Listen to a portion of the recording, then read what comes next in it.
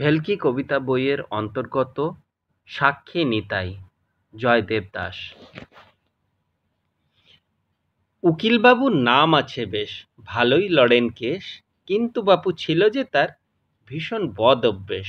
মক্কেল যেই পেতেন কাছে দিতেন উপদেশ, বুঝলি তবে জগাই মাধাই, বুঝলি কি আর ছাই, মিথ্যা সাক্ষী ট্রেনিং পাওয়া মোটেও সহজ নয়, কথার মাঝে কথার খেলা, কথার নয় ছয়।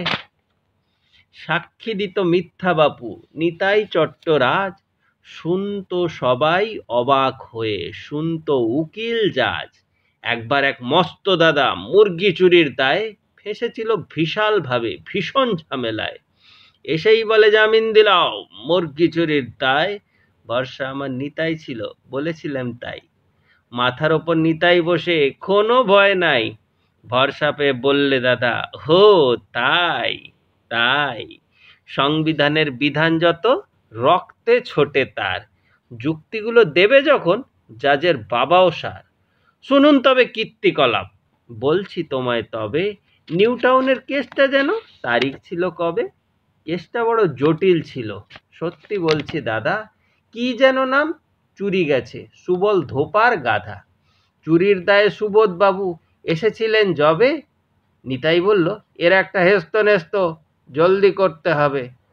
ভরসা দিলাম উকিল বাবু, তারিখ পেলেই ডেকো, আমি আছি সুবোধ বাবু, আনন্দেতেই থেকো। তারিখ যবে পড়ল দাদা, হাজির হলো সবাই। কাঠগড়াতে আগের থেকেই দাঁড়িয়েছিল নিতাই, সঙ্গে ছিল একটা কুকুর, মুখটা ছিল বাঁধা। আমরা সবাই ভেবেছিলাম এ আবার কি ধাঁধা। বললে নিতাই, হুজুর আমি সত্যি করে বলছি, গাধা মোটেও যায়নি চুরি, খাতায় লিখে দিচ্ছি। হাড় বজ্জাত কুকুর এটা, নামটা ভুকু সোনা, কানের পর্দা ফাটিয়ে দেবে, মুখটা খুলতে মানা। করবে তারা এমন হুজুর, ছুটবে সীমার বাঁধা, এর তাড়াতেই দেশান্তরে পালিয়ে গেছে গাধা। এই না বলে ভুকুর মুখটা যেই না খুলে দেছে, পড়বি তো পড় ভুকু সোনা জজ সাহেবের পিছে। কুকুর ধরার লোকরা এলো 25 ডজন টিম, ভুকু সোনার ফুর্তিতে ভাই সবাই হিমশিম। অনেক কষ্টে মুখখানা তার যেই দিয়েছে চাপা, জজ সাহেবের আওয়াজ এলো ভীষণ কাঁপা কাঁপা। শুনতে মোটেও পান না হুজুর, কানের পর্দা গেছে ফেটে, জাজমেন্টে লিখতে হলো ধন্যী কুকুর বটে। খারিজ হলো মামলা রে ভাই, জিতলো সুবোধ বাবু, সুবোধ দাদা, সুবল ধোপার দেশান্তরে খুঁজছে নিজের গাধা। মুরগি চুরির কেসটা যাবে গেল নিতাই চাঁদের কাছে, হাত বাড়িয়ে বললে নিতাই, জিতিয়ে দেব, 10টা টাকা আছে।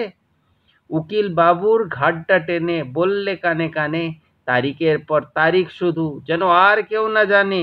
দাদা মুরগি বাঁচে কদিন যেন, 5-6 বছর মতো, জবাই করে না যদি খাও এর বেশি আর কত। উকিল বাবু কেসটা টানুন, মুরগি যদিন বাঁচে, তারপরে নয় বলে দেবেন সাক্ষী নিতাই আছে। 5-6 বছর পরে যেদিন নিতাই এলো কোর্টে, মুরগি হুজুর মরে গেছে বললে হঠাৎ উঠে। এই ধরো ভাই ডিম এনেছি, দিচ্ছি হুজুর কথা, পুনর্জন্ম মুরগি পাবে দিলেই ডিমে তা।